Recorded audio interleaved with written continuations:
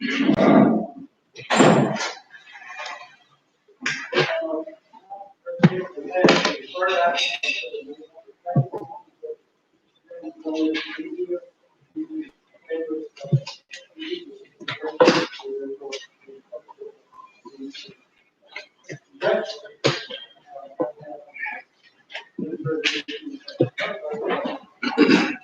action until second. Okay. Have a good day.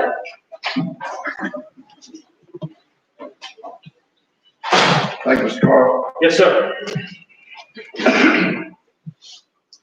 Okay, our next order of business is, we got a couple of public hearings, special exception permits. The first one is, Jacob T. and, I guess it's Leona B. Tanner. Anyone here representing the Tanners that wishes to speak to this matter? Mr. Tanner was unable to come. We told him we were going to be closed to the public. He did put his comments, which are in your board packet. It was a letter from him dated October 2nd, a 2-page letter, and then a picture. So that's at the end of his section C, following the end of his application. Okay, yeah, I have that. With the fact that he was opposed to the Planning Commission's recommendations. Okay. And All right, so at this time, then I will open the public hearing to consider the special exception permit application from the Tanners. Mr. Henry? Yeah, the application by Jacob P. Tanner Jr. and Leona B. Tanner for special exception permit to allow for additional 2 manufactured home lots and existing manufactured home park. This project identifies county tax number 19700-00-11-B. Zone agriculture located on the east side of the road, approximately 1 6 mile north of this intersection with Highway 407. Palm Springs District, West District 1, County of Mecklenburg. Reference people, Illinois, 17-260, Willville, BP-49. Okay. So do we have any other comments, Mr. Carter, as far as? I haven't received any of you, Robert, just Mr. Tanner's comments following the Planning Commission's recommendations. Okay. And as you recall, this was referred back to the Planning Commission.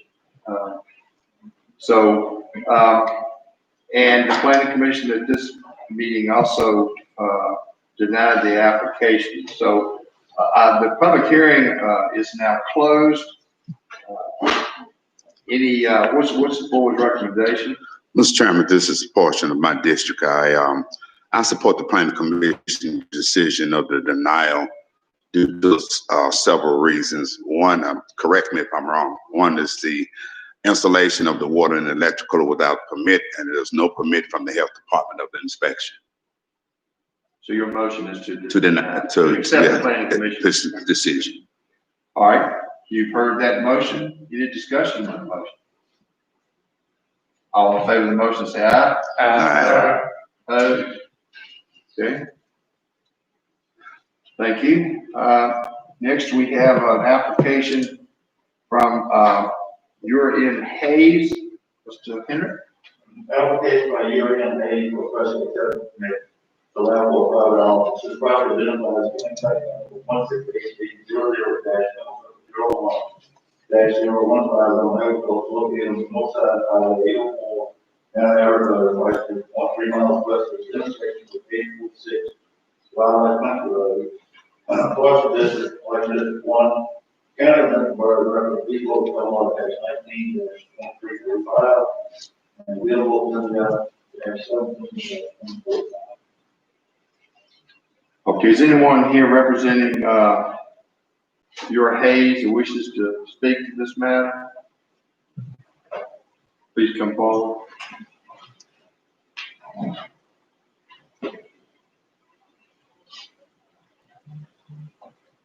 Hello, I'm Mecklenburg, and I represent the estate of Michael Andrew Peterson. The property that's requested an application is adjacent to, Michael's estate property. There is an encroachment onto Michael's property at this, okay, on, from your property. We have surveyed down Massachusetts.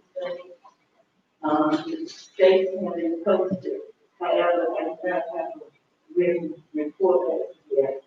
So I'm requesting that the decision be held in advance until we can resolve this encroachment issue. Okay. Anybody have any- Is this a matter that came up?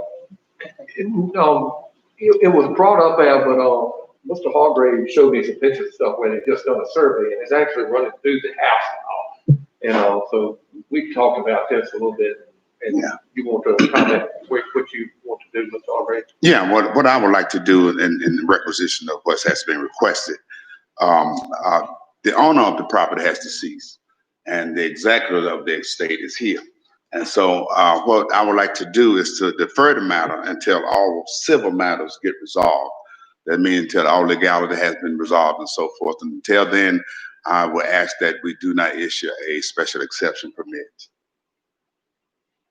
So I'm denying the special exception permit. Well, I haven't opened the public hearing yet. So, Okay.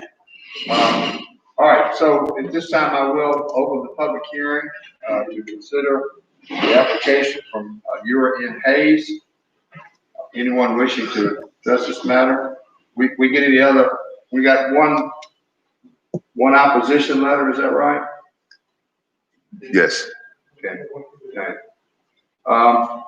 And that's all we have? Okay. All right, at this time then, I will declare the public hearing to be closed. Mr. Harlow, you want to make your motion now? Just defer. Okay. Just defer. Yes, I'm sorry, excuse me. Would you like to go ahead and make your motion? Yes, sir. I'd like to make a motion that we defer this matter until all civil issues be straightened. Okay. But we don't, this doesn't need to go back to the planning commission or anything like that. No, So sir. they've had the public hearing and you would have had your public hearing. So then once that matter's concerned, then you could take action one way or another. It would, if you deny what I was telling Mr. Hargrove, then the applicant cannot apply again for another year per your zoning ordinance. This would just allow them time to resolve this matter. All right, so One question. If we defer it, is there a time limit on that? No. No. Oh, You need to defer to the next meeting and keep rolling it forward. okay. You won't have a limit, which I think I would ask the applicant, somebody to keep you advised of progress on the civil action. So you have some idea. Yeah, need to resolve it as soon as possible. Yeah. Yes. Rob, I'll let you handle that. When I send the letter from this age, I'm gonna know tell me today, I'll put a notation in there that keeps it informed. Right. Right. And then she would in turn inform you, and then you would in turn, the next meeting, I can go ahead and defer it again. Okay, thank you. Okay, all right, you all have heard that motion to defer. Any further discussion? All in favor of the motion, say aye. Opposed? Thank you. Okay, we have registrar here to give us a update on what's going on election-wise. Jason, welcome. Thank you all for having me. Currently, we've had about 18% of our county has either already voted or received a ballot by mail. We haven't seen numbers like this ever. It's 200% better than 2016's turnout right now. So we have been rocking and rolling all morning. We're having lines most mornings when I do work, which is about 8:10, and we don't open until 8:30. We do a little over 100 people a day, and I'm very pleased with the way that things are going thus far. The biggest thing that we've seen in the county, again, is misinformation going out. People are spreading false rumors that you don't have to have an ID. I just think it's confusion over what happened with the governor's office and then removing photo ID. You don't have to present a photo ID anymore. You still have to present some form of ID, just like how it was in 2012. I mean, your voter card works again, your driver's license still works, and those are the most common ones that we use in the county. There are a bunch of other acceptable ones that I encourage anybody that has any questions, call our office, because we've been getting probably 100+ phone calls a day as well. So, just want to let everybody know too, with the vote by mail part, we've already received back half of the ballots we've sent out. So we've sent out, about 2,200 and some change ballots, and we've received back about 1,100 so far. So things are progressing very well. Our poll workers have been responding very positively. We've already started training.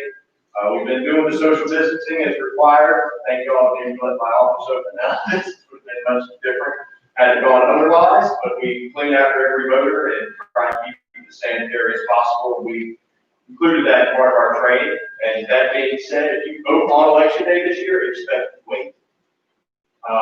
We're only going to allow a certain amount of people in our polling precincts at a time. That way it gives our officers of election a chance to clean behind every voter that's there. So there will be lines. I mean, make no doubt about it. I make no qualms about it. If you vote on election day, you will win. However, please be patient with us. We're doing this for your safety and the safety of our workers. The other biggest thing is, I'm sure you guys is moving, I don't know if I'm jumping the gun, but temporary move for gators, about the size of this. I only fit 2 voters in there, and I've still got 1,000 people left to vote that precinct. Most of them are elderly that vote that precinct, so we are hoping that we can get an emergency temporary move for this one election to move them over to Bluestone Middle School. I haven't talked to the principal there yet, just because I haven't gotten it up or down, yes or no. To have it hopefully in the gym, which would be the least intrusive area for anybody. I don't want anybody going to school if they don't have to, just to work great for this election. I have spoken to Paul. Is there an issue, Paul? Our schools are going to be closed that day. We come into the holiday based on the legislature's suggestion that schools be out for closing days. And so we are, and there will be nobody there, it won't be a problem for employees. So, You'll have personnel to open up at, so. yes, we'll have personnel. Yeah, I'm good with that. It's in my district and all. And probably, Jason, it may be something we want to look at on a permanent basis a little bit. I would think, After this election's over, I'll be happy to get with you and we'll pick out a spot that works best for everybody. And we can get something moved later on. But I've already got a letter typed up that we will send to every single affected voter in the district. So as soon as we get yes or no, the school board, I know they have to approve it as well. The letters will be prepped and ready to go so that everybody who's affected will have a letter, will assign the old building, directing them to the new one, so that there will be as least confusion as possible. And in the future, that would be available, Paul, because of the fact that schools will be closed on election day, correct? Correct. So do we need to take formal action on this? Yes, sir. All right, any more questions of Jason concerning the moving of this polling place temporary? Yes, sir. I would like, and it's not concerning move, not the closing of the polls. As long as somebody's in line, it's going to stay open. Yes, sir. The way the law is written is if you are in line by 7 p.m., then you will be eligible to vote. If you were there at 7:01, you won't. All right. And y'all actually go out and get it to the end of the. Yes, an officer of election goes out at 7 o'clock, makes the announcement, they walk in with the last person. I want to give kudos to Jason and Darcel for their work. It has been, they've been very, very busy over the last month, ever since before this, before election started. We can attest the phone hasn't stopped ringing. Their body's in there. You can go outside and there are people waiting in line to get in to vote. So they have been. The extra worker that that we approved for them has helped out greatly. Yes. Thank you very much. Okay, so we need a motion then to approve the temporary move of the polling place from Gator Store to Bluestone Middle School for this upcoming November election. Mr. Chairman, I'll make a motion that we move the November election 2020 from Gator Store to Bluestone Middle School for this coming year. You heard the motion in discussion. All in favor, say aye. Opposed? Thank you. Thank you, guys. Thanks, Jake, appreciate it. Okay, we have, our superintendent, school superintendent, Mr. Nichols, here to give us an update on our school project. Morning, ladies and gentlemen, I do have, some series of very good pictures. Most of the early data that we have been discussing is pretty much the same as far as being on time and so forth, but, since our last meeting, there's been some pretty significant progress moving forward, so I want to be able to show you, those things. You can see here, our current projects, several of the ones, the earth moving operations are nearly complete. The slab on grade, meaning the concrete has been poured in most of the area of the first floor. One of the things that I'll be showing you a picture of is the devices, the machines that they're using to make that concrete look like polished floor. It's very interesting to watch the person who's doing it as they're doing that, because they're basically gliding a blade as they're doing that. It's quite interesting to watch. The walls are being installed at close to 2,000 blocks a day. If you've been watching going by each day, you've seen those buildings going up very quickly. Of course, that's the cinder block. The bricks may take a little bit more time as they put all that in. Some of the steel erection has begun. Asphalt on the Wooden Bridge Road is nearly complete. I think the road part is mostly complete except for one final covering before they paint.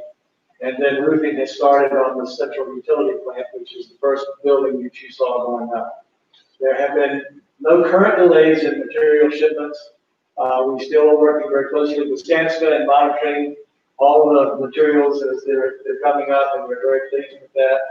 We are looking at final completion still on August the 1st. That is still the grounds as far as the athletic facilities. The completion of the building for us to be able to look to move in will be still back in the late spring. So we're good on that part as we move along. You'll see several of the completing parts and the dates that we're looking for those things to be taken care of. Cost, construction budget still is at $117,067.60, so the construction cost has not yet gone up. And the owner direct purchasing, which basically means that we are purchasing as opposed to subcontractors, because that way we don't pay taxes, and that saves us a significant amount of money. Okay, this is one of the latest aerial views that you can see. Highway 58 coming from Boynton towards the top, back in towards Southfield, west to east. You can see the grounds in the middle and some of the gyms that are actually being built on either side. The road coming in from the front of 58 and then going around, as well as the road coming in from the bus route coming in off of Wooden Bridge Road. And then back in this back section, the agriculture area is back in here, and then the area where we will have our ball fields for the high school right in there. And that's, as you can tell, with a tremendous amount of work that's been done on the overall project for the grounds, that is nearly complete. This gives you a closer look at the area of the exact building. The middle school gym here, the high school gym, which now has walls in this area.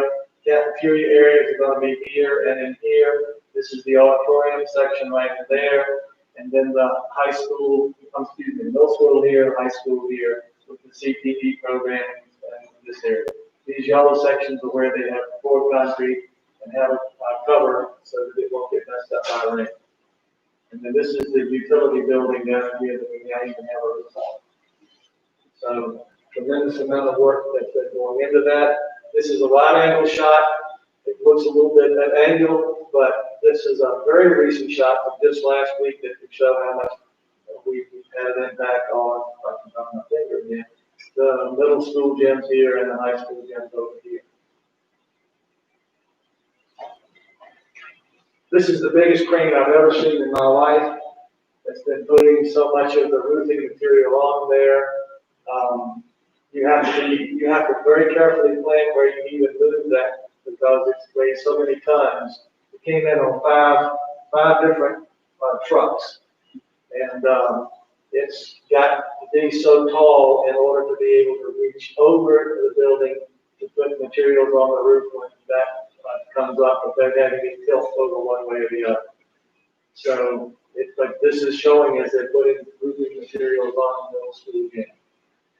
And this is an inside shot at the roofing materials, types of things that they have going in for gyms and will be going throughout. High school weight room, that's going in.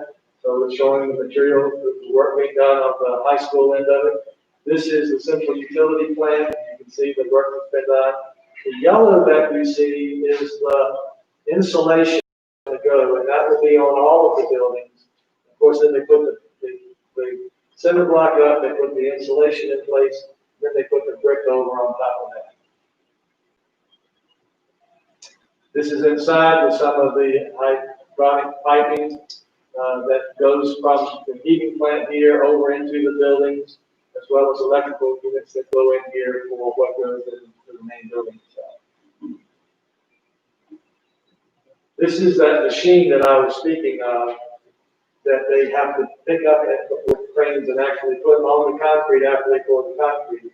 And it finishes the concrete in such a way that it looks very polished and clean and helps us with our overall long-term maintenance and making it the best looking, least expensive that we could possibly find.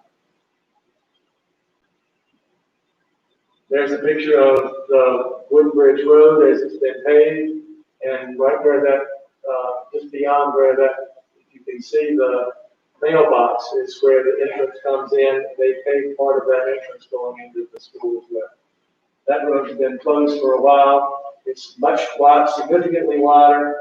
The work that we were all able to do is on the sides where we had to purchase right away. But it's going to be, again, very much better looking as you access even from this direction. This is primarily the road that the buses will sign in on. And then this is a shot from the school site looking out toward the road. You can see where the highway, the visitors and anybody coming into the building, parents bringing students in, students coming in, will come in this direction. Of course, the asphalt will be laid in that area. I'm pointing out because it's just beginning to really look so nice. This picture is a wide angle. As you look, this would be as you would come in. On the right is going to be a nice retaining pond that was required by the requirements for environmental expectations. But it'll be very nice looking lake type area with a fountain, and then on the other side on the left will be the trees there. And I'm looking up, you'll be able to see the building, but you also see that bit of a hill. We'll be able to put a picture of the Phoenix or Mecklenburg County Public Schools on that and have it really one of the better looking entrances that I think has in any school around. So we're very excited about that. And then we now have our own brand, the Phoenix from Mecklenburg County. This is trademarked to the school system, and everything that we do now, we will control and own it anywhere else in the nation. So we're very pleased with Phoenix from Mecklenburg County, and thank you for your support in being able to put that in. Any questions? We're gonna get excited here. Yes. The rocks, we have an issue with the rocks now, okay? That's okay. I believe we have we've actually pulled or blasted all of the rocks that needs to be blasted at this point. We pulled in, I think I mentioned this last month, we actually were able to pull in 2 of the rock grinders, so we could take big boulders and run it through that on site and then use that rock in significant areas all over as opposed to having to buy a lot of rock. So I believe we've taken care of all that. If there's anything left, the area where I was showing you that front pond was an area of significant rock. And then on the other side where the football fields and baseball fields, there was a significant amount of rock over there. But it's the cheapest lesson that we have on the price of rock. Okay. Yes, sir. Anybody else? That's good. All right, thank you. Thank you. Thank you, sir. Mr. Chairman, Alex wanted to make sure that everybody's mic was working. He says several of them are off, so they can't hear you on the audio. Okay, making sure. Okay.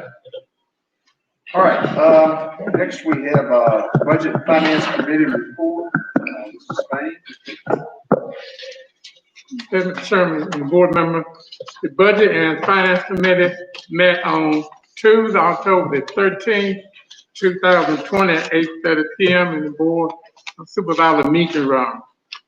The member president, Brandon Spain, David Brankley, Jim Jennings, Phil Wilkerson, also present, Glenn Barber, Anna Hargrove, Tom Tanner, Claudia London, Wayne Carter, County Administrator, Judy Sheffield, Ed Taylor, and Samuel Langsford. The chairman called the meeting to order. Mr. Carter presented several supplemental appropriations.